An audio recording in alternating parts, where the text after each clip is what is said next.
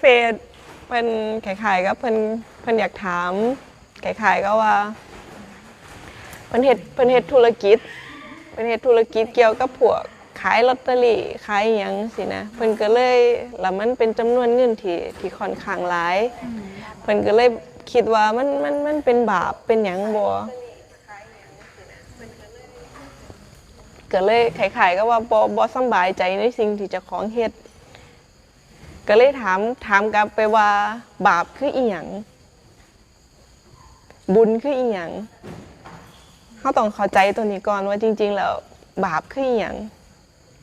ถ้าเฮ็ดแล้วเขาบ่สำบายใจนั่นละบาปบุญคือกันสิ่งใดที่เขาได้เฮ็ดลงไปเขามีความสำบายใจมีความใจข้างในมันดีอ่ะนั่นละบุญบ่แม่นดีใจเด้ใจดี